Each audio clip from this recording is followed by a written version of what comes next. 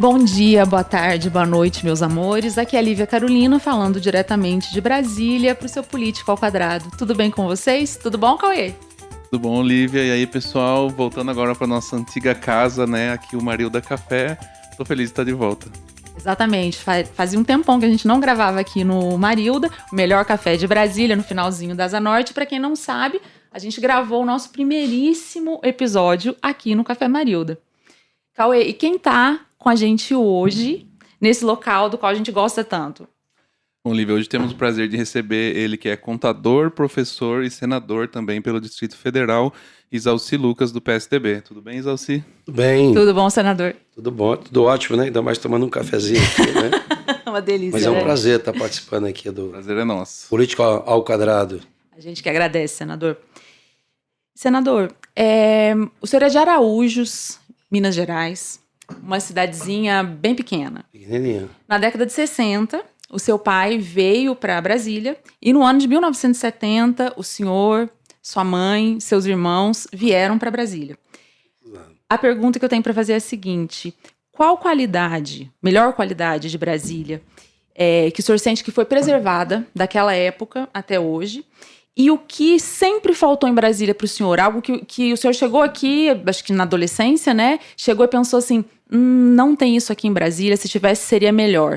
E hoje o senhor continua com a mesma percepção. Eu acho que nós perdemos muito a qualidade de vida, né? A gente perdeu principalmente o sonho de Dom Bosco, né? Que era uma cidade que podia, né, jorrar mel, né, e leite. Sim. E a gente perdeu essa capital da esperança, das oportunidades, que nós tínhamos muito isso. Hoje, infelizmente, talvez pela falta de política pública, de Estado, né, a gente tenha perdido muita coisa. E que eu acho que ainda dá tempo de recuperar, né? Mas, de fato, hoje a gente está numa situação, por melhor que seja, né, a qualidade de vida, melhor IDH, melhor renda per capita, mas a gente era para ser um modelo para o mundo, né, nas condições que nós temos.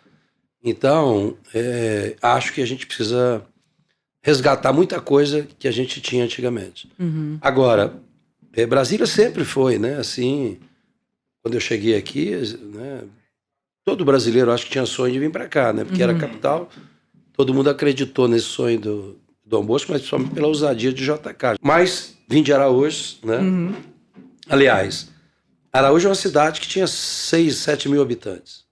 Mas eu ainda morava na roça. E aí tinha o exame de admissão, que era um pré-vestibular, vamos dizer assim, para você fazer a quinta série. Na época era o ginásio, né? Você tinha o primário e você tinha o ginásio. Para passar para o ginásio tinha o exame de admissão, que era um concurso, vamos dizer assim, um vestibular. Então, fui para Itaúna, no seminário Nossa Senhora de Fátima, e estudei lá em Itaúna. Eu tive mas aí meu pai, em 68, veio para Brasília. Eu estava no seminário. Lá em casa eram 7 filhos, né? Ele tinha 7 filhos, minha mãe, ele veio para Brasília, morou na Vila Planalto. Era vigia. Não, eu tô doida para saber como é que a política entrou. Não, sim, aí o senhor seguinte, saiu da religião para política, só assunto polêmico. Aí entrou a minha profissão, meu ganha-pão é contabilidade. Andei o Brasil todo fazendo auditoria, né? Ir para Rondônia, Acre, Amazônia, para todo lado. Eu fazia auditoria pública e privada, né? A maioria dos meus clientes aqui em Brasília eram escolas. Então eu entendia muito resolvi montar uma escola também. Lá no Guará, eu criei a Escola São Francisco. Tinha na 3 e na 12. Muito mais para mim conhecer como é que funciona a educação, a escola, do que propriamente para ganhar dinheiro. Porque o meu objetivo maior era o escritório de contabilidade. Mas para você dar consultoria, auditoria, você tem que conhecer também como é que funciona. Né? Então eu entrei na área de educação mais nessa linha. E dava consultoria para todos. Aí fui presidente do Sindicato dos Contadores, né? Nós criamos o Sindicato dos Contadores. E depois eu fui presidente do Sindicato das Escolas Particulares, o SINEP, e da Federação Nacional. Aí, nesse período, meu escritório recebeu o convite para fazer a campanha de Mário Covas, do PSDB Nacional. Então, meu escritório fez a campanha de Mário Covas, Fernando Henrique, Serra, etc., do PSDB Nacional, e outros partidos também. Mas eu fiz a campanha de Fernando Henrique, ele inclusive me nomeou como juiz da segunda instância do trabalho, então eu fui juiz do trabalho.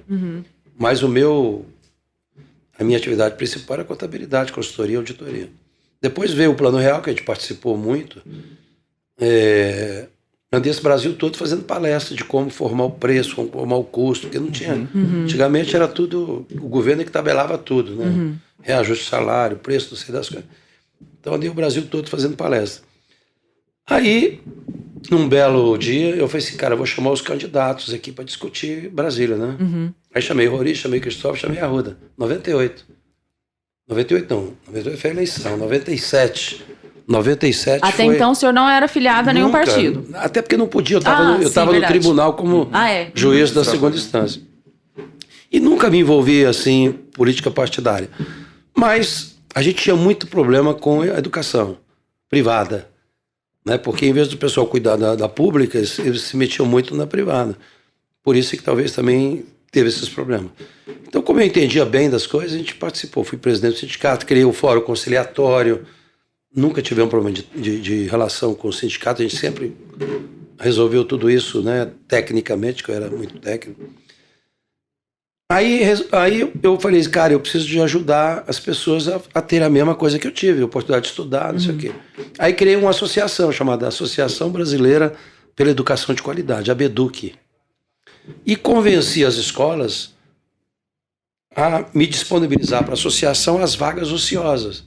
Então, por exemplo, uma sala de aula tinha 40 carteiras, só tinha 35 alunos. Você tinha 5 cadeiras vazias. Eu disse para a escola, olha, você já pagou água, luz, telefone, já pagou o professor, está tudo pago, né, o custo todo, e tem 5 cadeiras vazias. Vou criar um projeto aqui chamado Cheque Educação. Aí eles me davam essas vagas ociosas e eu emiti um talão de cheque com 12 parcelas de 50%. Era um desconto de 50% da mensalidade para ocupar essas vagas.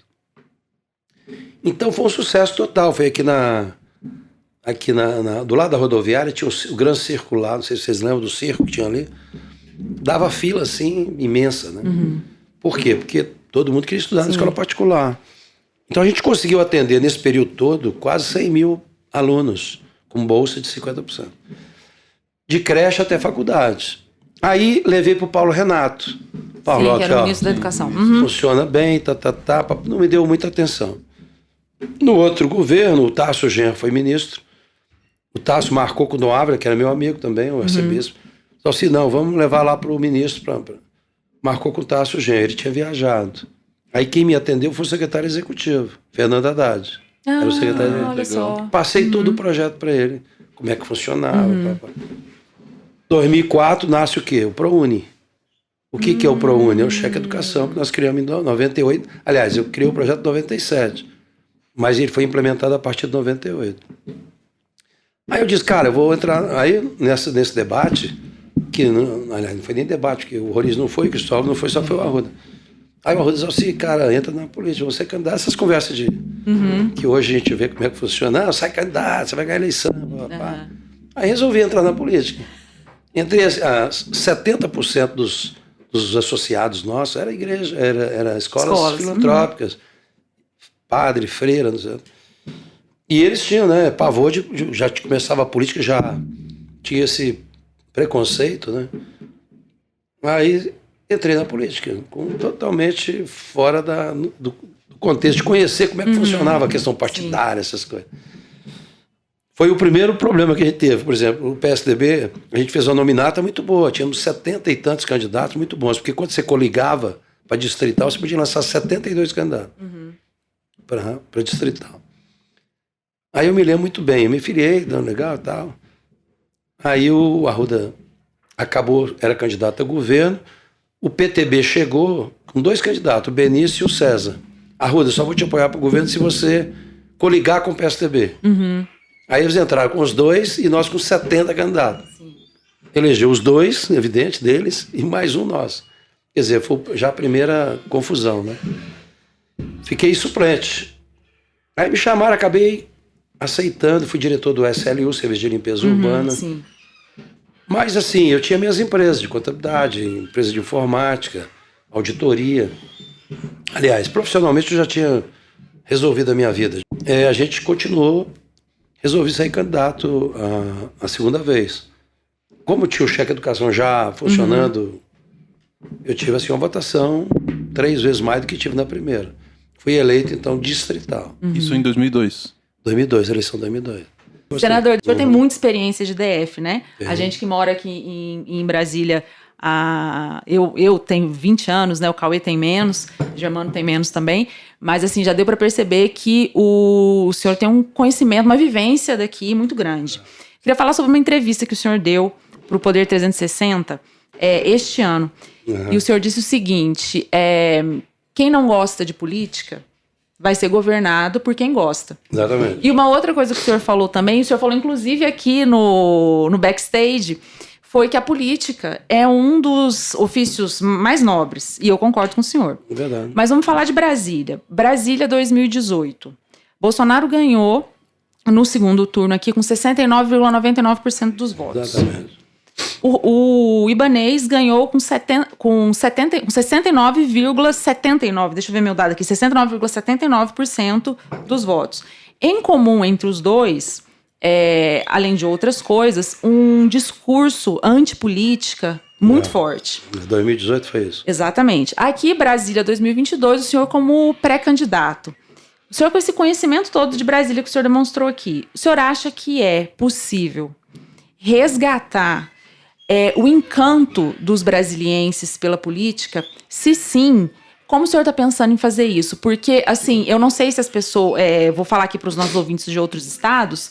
Brasília não tem prefeito. E nem vereador. E nem vereador. Então, na minha opinião, o governador do DF teria que ter uma atuação político-comunitária bem mais forte do que um governador de um outro estado da federação. Então, eu queria que o senhor me dissesse como que Brasília volta para as boas características da política mais tradicional. Bem, quando eu cheguei na política, eu achei assim que... Eu sou da iniciativa privada, eu gosto de fazer as coisas. Quando eu cheguei, eu disse, cara, tudo não pode isso, não pode aquilo, tem que fazer isso, tem que fazer aquilo. Na área de ciência e tecnologia, que eu fui convidado a primeira vez para ser secretário de ciência e tecnologia do Roriz, em 2004. Eu era deputado distrital. A gente criou a secretaria. Foi quando a gente lançou o primeiro projeto chamado Parque Capital Digital, Cidade Digital. Que foi ali na Grande do Torto, ali, né, onde é o Biotic. Naquela época, se a gente tivesse dado continuidade ao projeto, Brasília hoje seria outra cidade. Né? Mas por questão de politicagem, a gente levou 2 anos para mudar a destinação do terreno. Sim. Porque dizia que era Parque Nacional. Tive para o Congresso aprovar. Levamos mais 1 ano para o cartório aprovar a matrícula. Então é o seguinte, mudou o governo, já mudou tudo. Então, todos os gargalos que foram acontecendo, que você não podia fazer, eu fui fazendo, mudando as leis. Eu fui para o Congresso, não foi porque eu queria ser deputado, senador. Eu fui porque para fazer as coisas que eu acredito e que tem que ser feita, você tinha que mudar a lei. Então, por exemplo, vou te dar uns exemplos. Tinha que ter a caneta, né? Não, você tem que mudar a lei para executar. Sim. Quem executa é o governador, quem tem a caneta é o governador. Mas mesmo tendo a caneta, você tem que ter leis, porque na iniciativa privada você faz o que você quiser. Você só não pode fazer o que é proibido. Que é proibido, sim. Mas na área pública você só pode fazer o que é permitido. Então a diferença da água para o vinho. Eu fui para a Câmara, botei inovação na Constituição, que não tinha. Eu sou o presidente da Frente Parlamentar de Ciência, Tecnologia, Inovação e Pesquisa, desde quando eu entrei. Colocamos inovação na Constituição. Todo o marco regulatório de ciência e tecnologia nós mudamos. A lei. O pesquisador não podia sair da universidade, não podia participar de empresa, não podia participar da patente, né? Tinha que ser dedicação exclusiva. Então a gente mudou tudo isso. Então, todos os gargalos, como secretário, com os presidentes de fundações, com os TCU, AGU, universidade, as empresas, a gente mudou a legislação. Faltava agora dinheiro. Tinha que ter tudo certinho, não ter recurso. Aprovei um projeto meu agora, ano passado, que já está vigorando esse ano, proibindo o governo de contingenciar recursos da ciência e tecnologia. Então a gente mudou tudo na ciência e tecnologia. O ensino médio, novo ensino médio, eu fui presidente da comissão. Por quê? Porque quando eu fiz o ensino médio, você saía com a profissão jovem, os técnicos. Então voltou agora, eu fui presidente. Por isso que nós mudamos, porque é importante isso. Regulação fundiária, o que eu tenho com isso? Né? Mas tenho. Quando chegou a medida provisória para a Amazônia, para regular as terras, tudo que era necessário botar no DF, para dar escritura, para regularizar o DF, eu coloquei na lei. Agora tem que ter vontade política, tem que ter competência, tem que ter interesse, vontade política de fazer. Então a gente preparou para isso. O DF hoje teria todas as condições de você escriturar tudo, área rural, área urbana, né? Mas a lei foi aprovada. Então, eu fui o relator do Fundeb, que não tinha recurso para educação infantil, botamos educação primeira infância, botamos para educação profissional. Então, eu fui fazendo as coisas para poder executar. Então é o seguinte, dá para você fazer agora, você tem que estabelecer. Você tem que ter um plano de metas. Onde é que você quer chegar? Eu já fui contador de hospital, contador de escola. O maior problema de Brasília hoje é saúde. Falta de gestão. Todo mundo fala que é gestão, mas na verdade é gestão. Aqui é tudo analógico, não tem controle de nada. Brasília não tem controle de estoque de medicamento. Mas o senhor acha que essa falta de execução e o fato de Brasília ter piorado no decorrer dos anos, o senhor acha que isso causou desencantamento? Né? Isso causou a vitória tão acachapante? Mas o que o senhor acha que o que aconteceu em Brasília? Lógico que nós somos privilegiados, nós temos fundo constitucional, temos sim, claro. Uma receita interessante. O orçamento nosso é muito bom. Mas vou dizer para você, enquanto o Rori estava aqui, você ainda tinha muito recurso, muita terra. A terra capa é uma imobiliária. Que o imobiliário, como é que é normal? Você vende um terreno, paga 3%, né, 4% de comissão e você fica com o resto. Aqui não, tudo que eles vendem hoje, nesses últimos anos, só dá para pagar a folha deles. Então, antigamente, o que sobrava você fazia infraestrutura. Você planejava. Então, por exemplo, o Roriz, hoje a gente vê assim, mas ele inchou Brasília. Porra, todo mundo que veio para Brasília, eu também vim para Brasília. Como é que você vai dizer, porque agora você não pode vir mais para Brasília? Não, todo mundo vem. Agora, você tem que ter uma política habitacional. Eu me lembro quando o Roriz fez Samambaia, eu era deputado distrital, foi muito criticado. E só tinha barraco de madeira e de lona. Mas foi planejado. Hoje você vai em Samambaia, as ruas são largas, Sim. Você tem espaço para botar escola, botar o que você quiser. Onde não teve planejamento, que outros governos que não tiveram, aí você tem Vicente Pires, você tem Sol Nascente, Pôr do Sol, Estrutural, Mestre Darmas. Hoje você tem mais 49 invasões aqui em Brasília. Por quê? Porque perderam, não tem uma política pública. Por que nós temos mais de 1.000 condomínios aí irregulares? Porque a classe média precisa morar em algum lugar. Como não tem, aí começaram a vender terreno. O cara de boa fé e precisa morar em algum lugar, foi lá e comprou. Então, como é que faz? Vai derrubar tudo agora? Não, você tem que... Pois nós aprovamos a lei, que a partir dali você regularizava o que é possível fazer, o que tinha problema ambiental você podia negociar e botar em outro lugar, e a partir daí você organiza. Não fizeram nada disso, quer dizer, continuam as invasões do mesmo jeito. Então você pega os assentamentos hoje, temos vários. O cara assenta, né? Aí você não dá capacitação pro cara, não tem matéria-prima, não tem água, não tem nada. O que o cara vai fazer? Vai lotear e vender. Então, se você não fizer um estudo, né, o que é viável para esse produtor rural, agricultura familiar, sei lá, sobreviver da terra, você tem que dar condições para ele. Olha, essa terra aqui não dá para você produzir milho, dá para você fazer apicultura. Então tá aqui, você dá o kit pro cara para ele sobreviver da terra. E você tem como governo induzir esse desenvolvimento, ou seja, merenda escolar. Pô, você tem o que mais tem é produção de água, né, de agricultura familiar para abastecer as escolas. Aí não, o cara quer ganhar a licitação, aí quer comprar bolacha, biscoito, enlatado, para quê? Para ganhar dinheiro. Governar é você eleger as prioridades, depois de ouvir a população. Porque quem sabe que é melhor para a Ceilândia não sou eu, pô, é quem mora lá, quem convive com os problemas. Então a gente tem que planejar isso. Como? Um plano de metas. Educação, tá bom. Educação, o que eu vou fazer no primeiro ano, no segundo, terceiro, no 10º, no 20º ano? Você tem que fazer um planejamento de longo prazo. Você estabelece um plano. Nas administrações regionais, você tem que descentralizar. Você tem que fazer um planejamento para a cidade. O que você vai fazer na cidade? Né? Como é que você pode fazer? Por exemplo, vou dizer para você o que aconteceu com Brasília que prejudicou muito. Nós tínhamos o Polo JK, o Roriz fez um incentivo fiscal para os atacadistas, vieram 700 atacadistas para Brasília. Foi feito incentivo fiscal. No dia seguinte, o Ministério Público entrou com ação, porque é inconstitucional. A lei diz que para você dar incentivo fiscal, você tem que ter unanimidade do CONFAS. Nunca teve unanimidade. Mas o Supremo declarou inconstitucional. Se tivesse que devolver o que ele determinou, se vendesse todas as empresas que receberam, não dá para pagar. Então, o que nós fizemos? Ele aguardou o acordo 4 anos, praticamente. Nós aprovamos lá na Câmara Federal e depois no Senado, uma lei perdoando a dívida e dando as mesmas condições para o DF do Centro-Oeste. Quer dizer, os mesmos incentivos que os estados do Centro-Oeste dão ou deram, o GDF também podia dar. Aí eu fui descobrir por que isso. Por que as nossas empresas foram embora para Goiás, para Anápolis e para Goiás.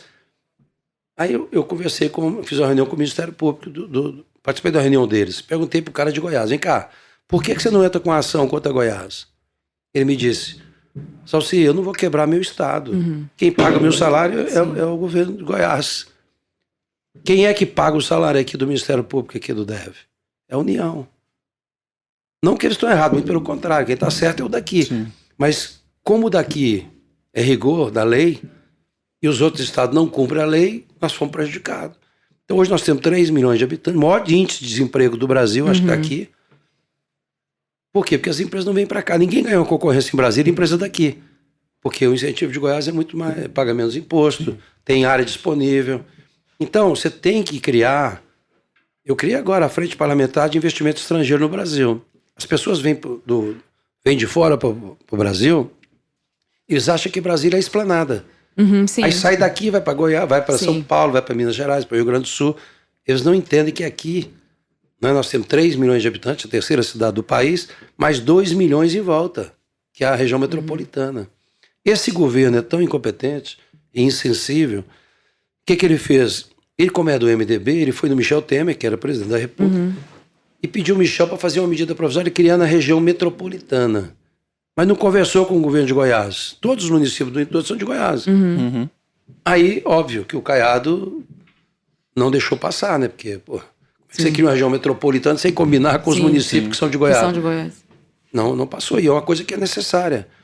Porque grande parte das pessoas que moram na região metropolitana ou eram daqui e tiveram que ir embora por causa de aluguel, essas coisas. Mas grande parte tem família aqui.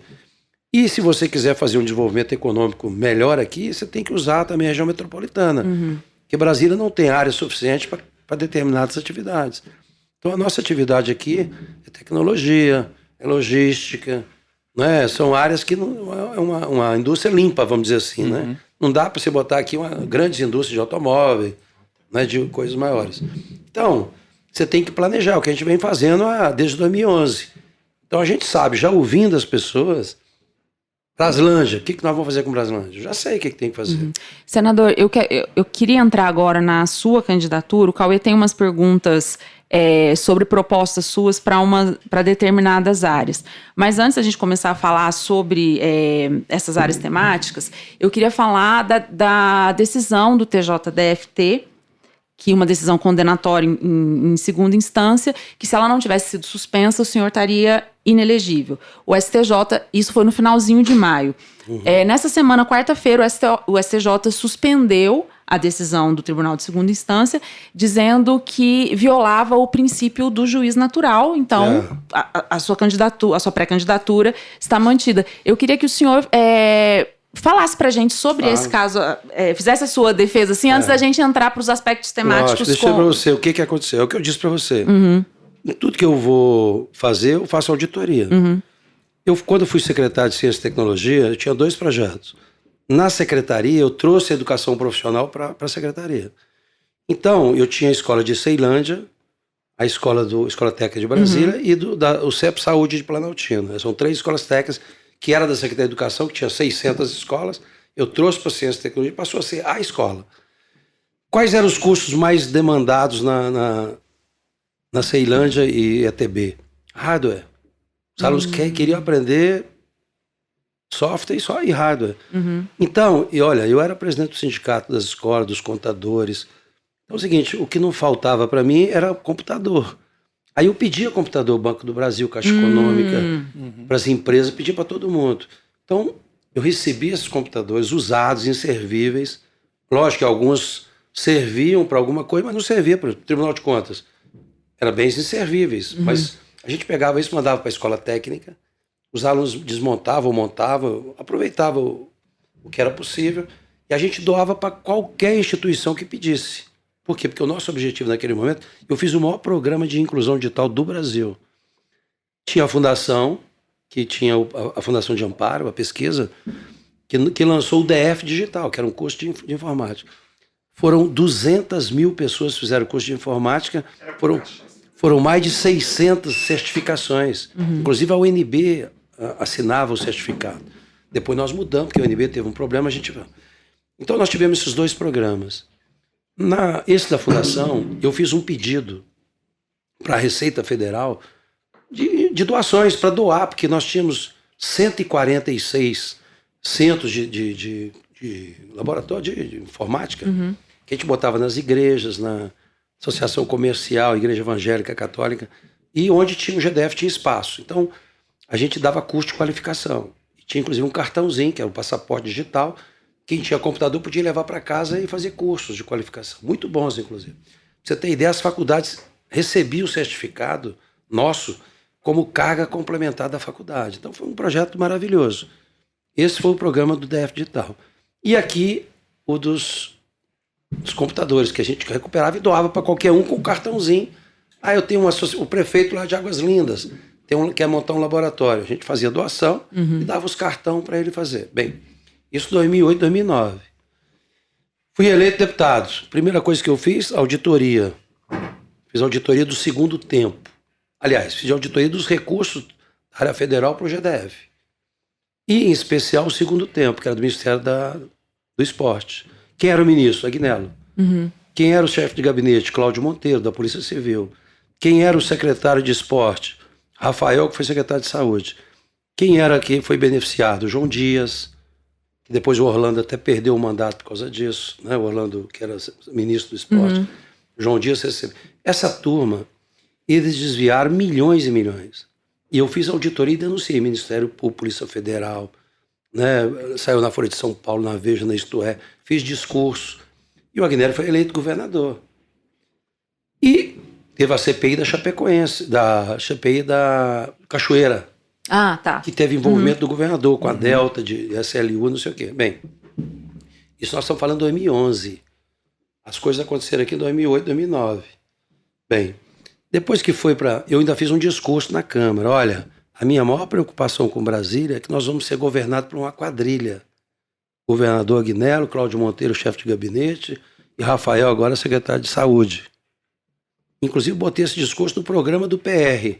Só que na última hora alguém tirou do ar e não passou. Bem, aí de repente, depois que saiu tudo isso na imprensa, na Folha de São Paulo, todo mundo, que eu fiz o discurso, 8 dias depois, aparece no blog do João Dias. João Dias ele tinha Associação do Kung Fu e Federação do Kung Fu, que recebeu quase 3 milhões. A secretária do Riacho Fundo 2, ela recebeu mais ou menos quase 3 milhões, que ela era presidente da Federação dos Trabalhadores no Comércio. Eles sacavam uma notinha fiscal ao consumidor de 700 mil na boca do caixa.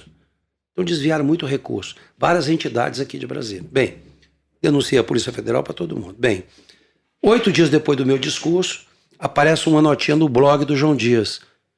Cadê os brinquedos da Receita Federal? Cláudio Humberto botou a notinha. Cadê? Lógico, esse grupo... Aí o Cláudio Monteiro, que é o chefe de gabinete, que é da Polícia Civil, diz assim: o secretário de Ciência e Tecnologia, verificar o que tem, cadê os brindes da Receita? Isso lá em 2011. Aí alguém me liga da secretaria: Alcir, estão sumindo com os documentos aqui. Pedi logo uma cópia de tudo que tinha, nunca recebi. Fizeram a denúncia, né, para explicar, porque a denúncia foi que eu teria pego esses brinquedos e teria dado na minha campanha. E olha aqui, o presidente da fundação também testemunhou que não, que nunca viu os brinquedos, nunca distribuiu. Só que depois, na minha casa, eu consegui achar as fotos, eu entregando com ele, em 2009, os brinquedos, os troços todos, essas bugigangas, veio sutiã, perfume, essas coisas, não tinha nada de computador. Bem, esse foi um episódio, que foi a ação. Aí vem o Laerte, foi meu suplente. Laerte Bessa era meu suplente. Na minha posse, no dia 1º de fevereiro, quando eu fui tomar posse, o motorista dele me liga, falou com o meu motorista, disse: Alcir, preciso falar com você. Eu fui lá fora. Olha, eu vi no carro o Laerte comentando o seguinte, o Exalci só matando, vamos em cima da Jaqueline. Fui na Jaqueline, que era deputada, falei, Jaqueline, ó, tá acontecendo isso, isso e isso. Não, Jaqueline Roriz. Não, muito amigo do meu pai, da família e tal. Não deu 15 dias, aparece o vídeo do Durval, da Jaqueline. Que é outro vídeo que não tinha nada a ver naquela época do Pandora. Bem, aí pega um cara que era funcionário servidor do Laerte, no gabinete dele, que trabalhava no DF Digital, não na minha época, mas depois, em 2010, que eu já tinha saído. E eu recebo um e-mail da faxineira e do menino que trabalhava, dizendo assim, vou denunciar o Exalci todo dia, vou foder a vida dele, não sei o quê, o Laerte vai me ajudar, tá. A mulher leva para mim, manda para a Polícia Federal, para apurar isso. Dentro do processo. Nossa. Esse cara tira foto, olha bem, fotografa 4 computadores usados, que ele inclusive você quer fotografar e tal. Pega essas fotos e manda para a corregedoria lá, para o Gino, que foi o advogado do Agnello na CPI. As fotografias dizendo que era meu comitê, em março, eleição em outubro, o negócio das convenções é em julho. Aqui não, tá, aí botaram uma denúncia anônima, aí o Higino faz o quê? Bota no processo, que estava no tribunal, já no Supremo Tribunal, porque eu era deputado, manda no processo. Ok, tá correndo lá. CPI, eu participei de todas as CPIs, Petrobras, CARF, Lei Rouanet, e faço relatório em todos, agora do Chapecoense e tal, da Covid eu fiz agora. Bem, CPI da JBS, eu sou titular. O que eu faço? Convoco o Janot e a equipe dele. Porque tinha indício de irregularidade. Fiz e convoquei. Comigo não tem esse negócio. Faltava 15 minutos para terminar o mandato do Janot. A Polícia Federal não tinha ainda concluído o inquérito dessa denúncia que eu apresentei, que eu mostrei os documentos. Ele simplesmente fez a denúncia e mandou aqui para baixo. 15 minutos antes de terminar o mandato dele, porque eu convoquei ele para a CPI. A denúncia contra o senhor? Essas duas denúncias que estavam lá. Tá. Bem, chega aqui, o juiz pega esse processo, aí parece que os caras não conhecem o mundo real, né? Esse negócio que eu tive lá, tem um colega meu do Senado, o Rodrigo Cunha, que a mãe dele foi assassinada pelo suplente. Então parece que o pessoal... Alagoas, né? Alagoas. Sim. Então, olha só, o Laerte esteve no juiz, na minha frente, porque meu advogado era advogado do Roriz e amigo do Laerte. O Laerte procurou o meu advogado na época para cassar meu mandato. E aí meu advogado, não, pô, eu não vou entrar nisso aqui. Não, mas o pessoal tá ajeitando assim, né, para caçar. Ele esteve no juiz e disse, olha, de fato, eu tentei caçar o mandato do Exalci, o cara trabalhava no meu gabinete, fez tudo isso.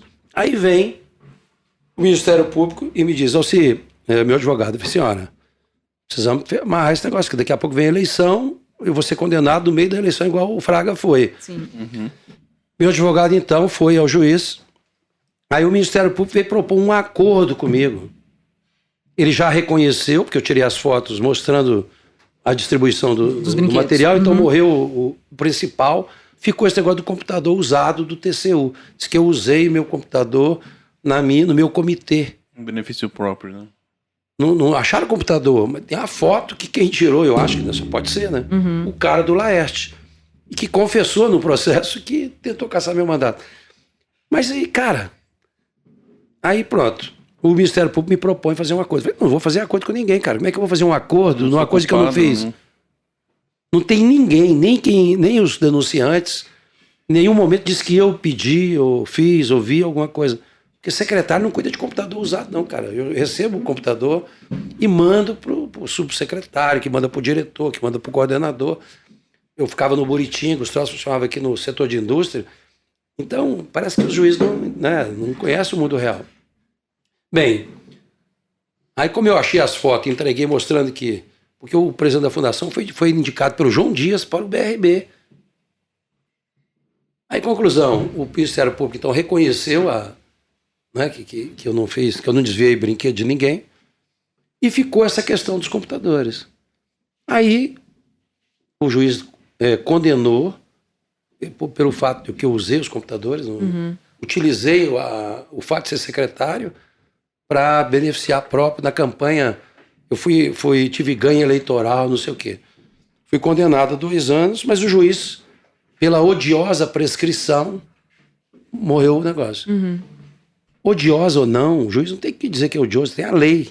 Ou cumpre a lei ou pronto. Não, mas pela odiosa prescrição. Bem, vem o cara do Ministério Público. Quem é o cara do Ministério Público? Assessor do Janot. Trabalhou na equipe do Janot. Aí entra com recurso para rever a pena. Que é uma coisa maluca. Primeiro que não tem prova nenhuma, até porque não tem nada a ver com isso, né? Aí o cara mete a caneta e dá o ganho lá pro Ministério Público, aumentando a pena. Cara, esse cara é doido, né? Porque, porra, não é possível. O revisor pediu vista e deu voto divergente, dizendo não, tem que manter a prescrição e tal. Aí a Vogal só disse, não vou com o relator. Tem os problemas aí que não vou entrar no mérito. Aí, lógico, recorreu ao STJ. Cabe ainda, eu fiz ontem, os embargos infringentes. Não estava inelegível, porque cabe ainda recurso. Assim, e o cara tem que dizer a prescrição, porque aumentou a pena. Ele não analisou uma série de coisas, mas fui ao STJ. Porque já existe jurisprudência do Supremo Tribunal, do STJ, de que matéria eleitoral, porque na sentença, ele disse que eu fui beneficiado eleitoralmente. Então, que é matéria eleitoral, e deu a liminar, suspendendo tudo. Que é o que vai acontecer.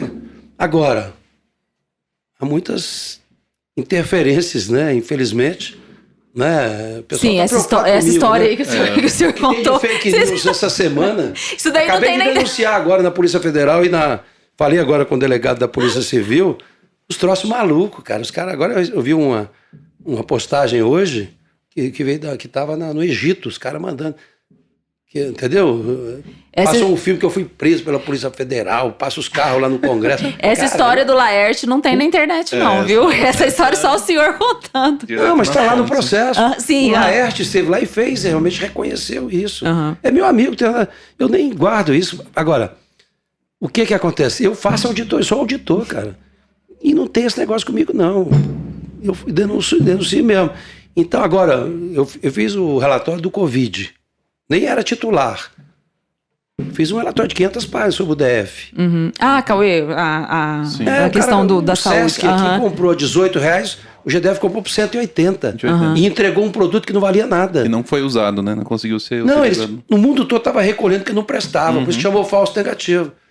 Aí, cara, fiz o relatório. Vamos entrar nessa questão, então. O Cid senador fez agora uma representação do Supremo, o Ciro. Que acho que já arquivou, mas... Porra, daí, você acha que eu estou preocupado com... Não tenho na política para isso. Então, esse é o problema. Eu sou um pouco assim contra o sistema, né? O sistema está meio complicado aí, mas faz parte, gente, esse negócio aí. É verdade. Bom, vamos falar agora, então, das questões mais relacionadas aí às áreas do GDF que vão ser pauta na eleição, né? Eu acho que a saúde, como você mesmo acaba de citar, é uma das áreas onde mais tem escândalo e reclamação por parte, né, do contribuinte aqui no estado. A gente tem aí denúncias de UPA lotada, de cirurgias que demoram anos, e entre um programa e outro, né, entre o programa 54 e 55, a gente teve uma operação do GAECO aí no IGES, né, sobre a questão do aluguel de um terreno aí que foi... Não é um suspeito de desvio, a operação Pomona, né? Então, o que eu queria saber de você é o que você acha que é possível melhorar por parte do Estado, né, na questão da cobertura da saúde e como é que a gente pode atender melhor a população que precisa, né, da saúde pública. Bem, eu já fui contador de hospital, deixa eu dizer para você. A parte mais importante do hospital privado é o faturamento. Se você riscar um palito de fósforo lá no quarto, vem na conta. Se o cara pedir 30 gotas de dipirona, vem 30 gotas, não vem uma caixa, não vem um negócio, vem 30 gotas. O Sistema Único de Saúde é a mesma coisa. O Estado é um cliente do Sistema Único. Todos os procedimentos que eu faço aqui, que o GDF faz, o Sistema Único reembolsa. Então, por exemplo, saúde e família, nós temos 600, quase 700 equipes aqui. Saúde e família, você tem que ter um enfermeiro, um técnico, 5 agentes comunitários de saúde. Não tem nenhuma equipe dessa completa com 5. Tem 1, 2. Quando você não tem isso completo, você não tem como reembolso. Você não consegue reembolso. Quando você faz uma cirurgia do coração, o que você faz? Vou fazer o Hospital de Planaltina vai fazer cirurgia do coração. Ok. Eu vejo quais são os procedimentos de uma cirurgia, vou lá no Ministério Cadastro, ele autoriza, e a partir daí eu começo a fazer a cirurgia do coração.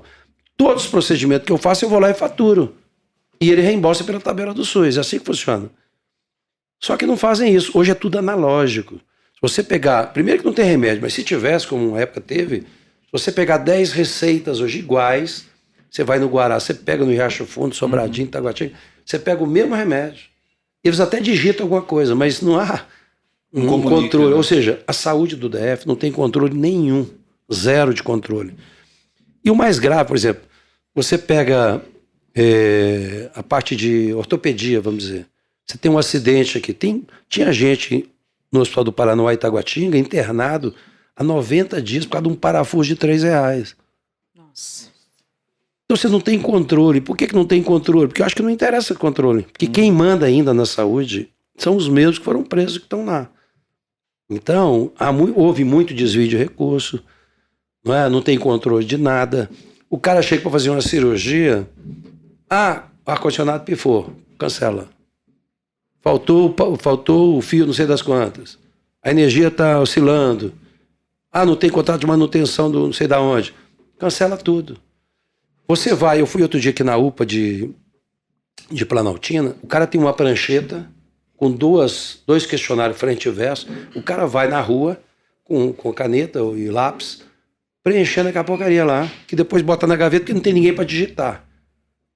Hoje, você tem condição de fazer tudo digital. Se quer marcar uma consulta, você pega o seu celular, quer marcar com você, escolhe o médico, o horário, o sistema te diz, olha, daqui a 48 horas você tem consulta, você confirma? Confirmo, ótimo, você vai chegar lá, vai ter atendimento. Não confirma, você bota outro no lugar. Então, hoje você tem 100%, por exemplo, o Hollenberg no governo passado, o Agnello, eles implantaram o ponto para os médicos. Botaram um ponto para os médicos. Ora, o médico que fazia 10 cirurgias por dia, passou a fazer 5. Porque, controle de ponto para o médico. Se você pega hoje um sistema de... Você sabe que hora que o médico entrou, quantos pacientes ele atendeu, qual remédio que ele receitou. Você tem o controle do jeito que você quer. Então, não tem... o IGES comprou agora um sistema de 100 milhões que não fala com ninguém, que não tem integração. Tem mais de 80 sistemas no sistema do IGES e da Secretaria que não se comunicam. Então, o que falta é exatamente controle. Eu digo para você, a hora que você informatizar isso, você já economiza 30% do custo da saúde. E olha que o orçamento da saúde é em torno de 9 bilhões do DF hoje. 30% dá 2 bilhões e 700. Então, você tem o maior número de médicos por habitante. Você tem os melhores profissionais que estão em Brasília. Então, bicho, é falta de controle, falta de... Você pega, por exemplo, esse IGES aí, o Instituto Estratégico. No contrato original diz que 70% era o máximo que você podia gastar com o pessoal. Na eleição da Câmara Distrital, chegou a 97%. Por quê? Porque em troca do voto na Câmara, cada um ganhou não sei quantos cargos. Então você sabe que estão roubando, né, que não tem eficiência. Né, o hospital de base, que sempre foi uma referência nacional, hoje não atende mais ninguém, não tem remédio, não tem estrutura, não tem nada. Então, quer dizer, é falta de gestão mesmo. Saúde não tem dificuldade nenhuma se você realmente controlar. Transparência e controle. E avaliação, porque você tem que avaliar. Hoje eu tenho como entrar numa UPA hoje, no sistema, e ver quantos médicos tem, quantos atendimentos foram, quanto é que custa. Escola. Hoje eu entro no meu sistema, eu sei cada escola, quantos funcionários tem, qual é o tamanho da folha, qual o IDEB, por que uma tem o mesmo número de aluno e o dobro de professor e o IDEB é diferente. Então você tem que avaliar. Se você não fizer isso, controle, você não consegue fazer a gestão. Então Brasília tem todas as condições de ser referência em qualquer área, entendeu? Inclusive na saúde. Perfeito. Bom, e falando um pouquinho mais também sobre eleição, eu queria saber como é que está a questão das alianças. Eu sei que o seu partido está aí federado com Cidadania, né? Mas você tem buscado conversar com outros partidos? Como está isso? Você acredita numa possibilidade de aglutinação, né, dessa esquerda e também do centro e de alguma parte da direita contra o Ibanez, né? Porque eu vejo assim muito fragmentado. A gente, né, tava conversando mais cedo, eu e a Lívia, até chega aí somando os candidatos a uns 12% a 15%, mas cada um com a sua candidatura própria, né? Queria ver como é que você enxerga isso. Você acha que tem possibilidade de Bem, primeiro assim, né? A gente tem que combinar não é com os partidos, é com os eleitores. Né? Porque, por exemplo, da 2018, eu ia ser candidato ao governo, estava tudo certo. Cristóvão e Rosso eram meus candidatos ao Senado. Na última hora, para trazer o PPS, que era o Cidadania hoje, mas era o PPS, o PPS exigiu que tivesse uma vaga para o Senado, por Fernando Marques, da União Química, Tinha dinheiro para financiar a campanha. Aí o Cristóvão foi falar com o Alckmin. Alckmin, peço o Isalci para ir de vice do rosto, sei o quê, para abrir a vaga para o Senado. Eu falei assim, cara, tô fora. O Alckmin nem responda. Tô fora desse negócio, tô indo embora. Porque já tinha me lançado, inclusive, o governador. Fui lá e acertei com o Fraga. Falei, Fraga, você quer ir para o Senado ou para o governo? Eu te apoio para um ou para outro. Acho que você tem um perfil melhor de senador. Eu quero ser executivo, porque eu tô na política para fazer as coisas. Ah, não, eu tive mais voto que você para federal, não sei o que. Tá bom, então tá, vai para o governo, eu vou para o Senado. Derrotamos todo mundo. Que foi um momento difícil, 2018 não foi... O PSDB perdeu muito com isso. O Alckmin teve 5% dos votos. E eu fui eleito, tirei o Cristóvão, tirei o Rosso, tirei todo mundo. Por quê? Pelo trabalho que eu fiz, não foi por causa do partido. Até porque as pessoas não votam só em partido, né? Senão eu não teria sido eleito. Então, por quê? Porque eu já venho me preparando para isso há muito tempo. Agora, lógico, eu venho conversando. Eu converso com a Leila Regufe há 3 anos, todo dia sobre isso. Sim, são seus parceiros, né? O Regufe nunca se manifestou publicamente que é candidato. Muito pelo contrário. Para mim, para a Leila, ele sempre disse, né, que o correto e o que ele gostaria é Senado. Mas não se posicionou. Fez aquela conversa com todos os partidos, não se posicionou até hoje. E que agora eu não sei mais. Se ele governo eu sei que eu acho que ele não vem. Que não é o perfil. Ele tem o estilo dele, que é uma pessoa que tem o estilo dele. Diferente do meu, que eu sou mais para executivo do que para legislativo. Apesar de que a gente conseguiu muito no Senado, por exemplo. Eu sou líder do PSDB, fui líder do governo, inclusive vice-líder do governo. Sim. Porque o PSDB nunca foi oposição por oposição. Tudo que era bom para o Brasil a gente votou favorável, mesmo no governo PT. O que era bom para o Brasil a gente aprova. E aqui no governo Bolsonaro, tudo que era bom a gente aprovou. Depois eu assumi a liderança do PSDB, não é incompatível, porque o PSDB é oposição. Então, mas sou líder do partido, sou da Executiva Nacional, sou dos 5 que vão definir as composições regionais. Então a gente tem hoje depois de muitos anos, eu conquistei no partido uma liderança. Então, óbvio, veio a federação com Cidadania. Cidadania é um partido que precisava de fazer a federação, porque senão desapareceria. Então a gente fez, né? Ora, mas como? Eu lancei minha candidatura em dezembro, sou pré-candidato desde dezembro. Sim. Né? Líder do PSDB, da Executiva Nacional. E agora, quem que vai decidir? Lógico que somos nós, pô. O PSDB tem, dos 19 da federação, nós temos 13. O senhor acha possível uma dobradinha com a Leila, então? Já que vocês estão tão afinados? Não, a Leila é minha amiga, a gente está conversando todo dia. O problema é que nós a gente vinha conversando, não é? Eu seria candidato ao governo, o Regufe ia para o Senado, com o apoio da Leila. A Leila poderia, não digo vice, porque ela nunca falou que gostaria de ser vice, mas ela apoiaria e tal. Com essa indefinição do Regufe, as coisas foram andando e tal.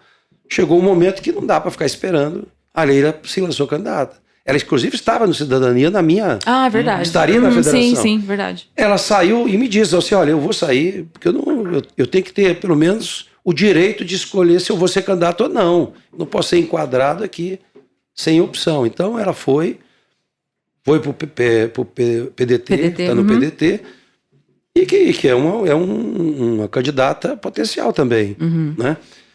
Mas é evidente que nós estamos conversando, né? Eu conversei, outro dia com o Rafael Parente, eu já conversei com o Leandro Graz, a gente vai conversar com todo mundo, já conversei com o Paulo Otávio. Política é isso, né, senador? Exatamente. As coligações, o prazo é agosto. Sim. Então você tem julho e início de agosto para compor, fazer a composição. O Ibanez mesmo não definiu a chapa dele. Tá cheio de problema. A hora que ele definir, vai ter um monte de problema. O Paco é vice ou não? Eu acho que vai ser, porque ele sabe de tanta coisa. Tem o fator Arruda também, né? Ele sabe de tanta coisa que o Ibanez não vai tirá-lo assim, porque se ele tirar, ele vai ter problema. Agora, e os outros que estão na esperança, porque também prometeram para ele? O Paulo Otávio, eles prometeram para ele ser o candidato ao Senado, mas já veio a Flávia, agora veio a Damares. Sim, verdade. Então, quer dizer, a hora que ele resolver, vai ter uma confusão. E aí a gente está aqui, né? Também estamos aqui. Tá nessa confusão também, né? Nós temos que buscar uma composição. Agora, uma coisa é certa, eu sou candidato a governo agora, não tem outra. Tudo tem a hora, essa é a minha hora. Entendeu? E quero ajudar, quero fazer. Depois não quero mais, porque eu já fui secretário e sei o que é governar. Governar não é fazer o que o Ibanez está fazendo. Porque em Brasília tem essa característica que você falou. Nós não temos vereador. Então quem tem que fazer o papel de vereador é o deputado distrital, que nós não temos. Você quase não tem nenhum deputado da cidade. Né? Você tem de segmento.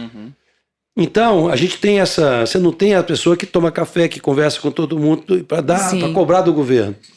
E você tem um governador que não é prefeito. Porque o governador aqui em Brasília tem que ser prefeito e governador. Então, ele não faz o papel de prefeito, que é aquele que vai na cidade, conversa com as pessoas. Ele não gosta de gente, ele não gosta de pobre. Né? Você vê a área social, tá um escândalo.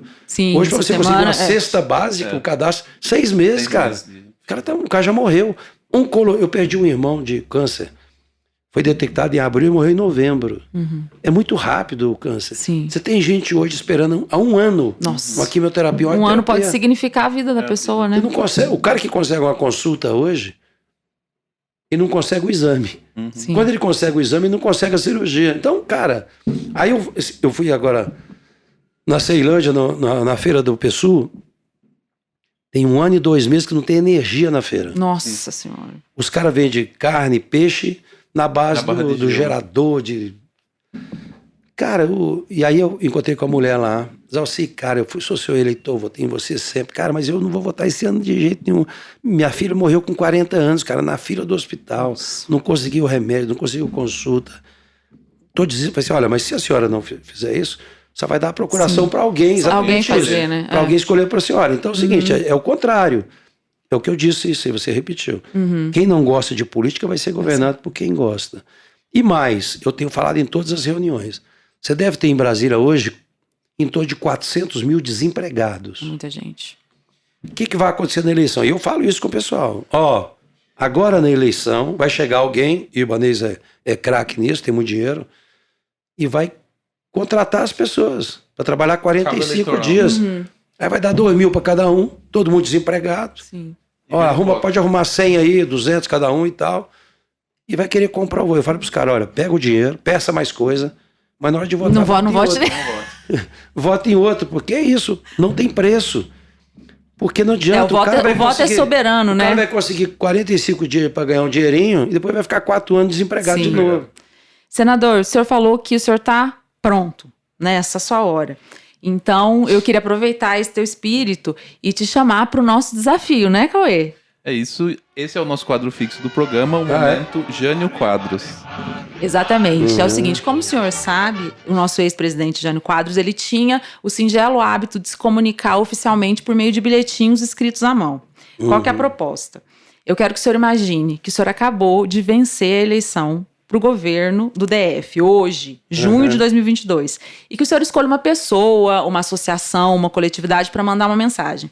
Essa mensagem pode ser uma ordem, pode ser uma bronca, pode ser um agradecimento, pode ser uma oferta de cargo no seu governo, pode ser um pedido de socorro, qualquer coisa. E é claro que o senhor tem que dividir com a gente tanto o conteúdo quanto o destinatário desse bilhetinho. E esses bilhetes são transcritos depois, você vai falar aqui pra gente e vão estar lá no mural do nosso site. Todo contato, deixa o seu bilhetinho aqui. Eu vejo assim, né? Pra gente, ninguém governa sozinho, né? Hoje eu tenho uma noção clara de que a gente só vai superar os problemas com a participação da comunidade. Então, segurança pública. Nós, em 2009, era para termos 18 mil policiais. Hoje nós estamos em 2022, nós temos 10. A metade do que era para ter em 2009. E com a população 3 vezes mais ou 4 vezes mais. Então é o seguinte, se a gente não tiver um envolvimento comunitário, e a gente tem projeto para isso, não vai funcionar, porque não tem uma capacidade de contratar tanto policial como era antigamente. Então a gente precisa da participação na educação, a mesma coisa. Se você não tiver o envolvimento da família, né, da comunidade, dos voluntários, na escola e educação integral, também não vamos resolver o problema. Então a mensagem que a gente tem que passar para a comunidade é que ela precisa participar. Por isso que nas reuniões, quando eu defini, quando a gente está definindo ainda, mas quando a gente fazia essas reuniões com a comunidade, é exatamente isso, porque é o que eu disse, governar é isso, é eleger prioridade ouvindo as pessoas. Então a gente fez muito isso. Então o que eu quero, e já tenho compromisso assim, né? Por exemplo, qual é o grande problema nosso hoje que a gente tem que resolver? A política pública, ela existe para quem? Para o cidadão. Então, professor, médico, advogado, senador, não sei o quê, são instrumentos. Mas a destinação da política pública é o cidadão. Sim. Quem é o cidadão? Desde o pré-natal até a velhice. A mensagem é essa, né? Que acreditem, é possível o Brasil ser ainda uma referência nacional, né? Mas que tem que ter o envolvimento das pessoas. Principalmente não deixar que outros governos acabem com aquilo que está funcionando. Que está funcionando, sim. Por isso que a política pública de Estado é fundamental. Né? Ou seja, tem que ter continuidade. Vou contar uma historinha aqui, porque eu gosto muito de falar isso. De um cientista que queria consertar o mundo. Toda vez que ele parava no escritório para tentar fazer o projeto de consertar o mundo, o filho dele entrava de 7 anos, e tirava a concentração dele. Aí ele disse, meu filho, vem aqui. Pegou uma revista e tinha um mapa do mundo.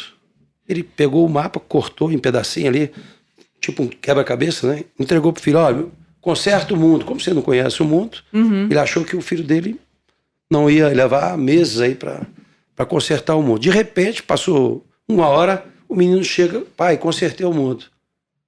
Mas como, meu filho, que você não conhecia o mundo? Você é que no verso da parte tinha a figura de um homem. Como ele conhecia o homem, ele consertou o homem, e consertando o homem, consertou o mundo. Então, na prática... Então, na prática é o seguinte, as pessoas que acham que o governo vai resolver tudo, não vai.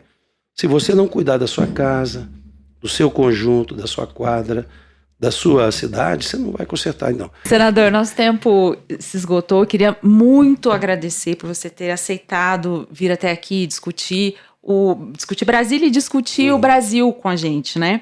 A gente deseja uma excelente campanha e para o Brasil a gente deseja que, após outubro, o nosso espírito democrático esteja ainda mais forte. Seguinte, como a gente está fazendo uma série especial com os candidatos ao governo do GDF, é nada mais justo do que deixar aqui uma homenagem a Brasília, assim como a gente fez no nosso passado, que inclusive foi com o Rafael Parente. Então eu queria ler uns trechinhos de um poema que chama Toada para Cira Brasília, que é do poeta Cassiano Ricardo. É um poema de março de 1960, ou seja, mais ou menos um mês antes de Brasília ser inaugurada. E eu quero que sirva de homenagem ao pai do senhor também, que, como tantas outras pessoas, vieram para cá para desbravar o coração do Brasil, né? Abre aspas. Vou-me embora para Brasília, sol nascido em céu agreste, como quem vai para uma ilha. A esperança mora a oeste. Vou-me embora para Brasília por determinação celeste. Pouco me importa a distância, lá encontrarei minha infância. Vou-me embora para Brasília, aqui o barulho do mar não me deixa ouvir a queixa do meu irmão no sertão. Tenho a chave do futuro, não quero outra maravilha. Que os outros viajem para a lua, eu não, eu irei para Brasília. Chegarei de madrugada quando cantar a siriema. Brasil, capital, Brasília. Onde mais bonito poema. Um beijo, senador. Legal. Obrigada, viu? Muito bom. Relembrei quando eu cheguei em Brasília. Exatamente. Cheguei de madrugada. Um caminhão, né? Porque a gente vinha de caminhão. Levamos 2 dias para chegar aqui. Na carroceria do caminhão. Legal. Disponibilidade de conversar com a gente. E pra terminar, eu queria saber qual a música da sua vida, uma música que você gosta muito. Que a gente tem uma playlist lá, Música ao Quadrado, que a gente coloca todo convidado a sua contribuição. Tocando em frente, que eu... Maravilha. Maravilha. Obrigada, senador. Obrigado. Um beijo, gente. É isso. Até mais. É isso aí.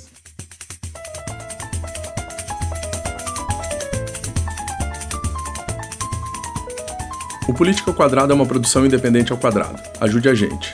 Acesse politicaoquadrado.com.br. Ou, se puder, faça um pix para politicaoquadrado@gmail.com. Apresentação, Lívia Carolina e Caio Barros. Produção, Germano Neto. Técnica e vídeo, Cauê Pinto e Daniel Madeira. Comunicação vocal, edição e mixagem, We Design Sound.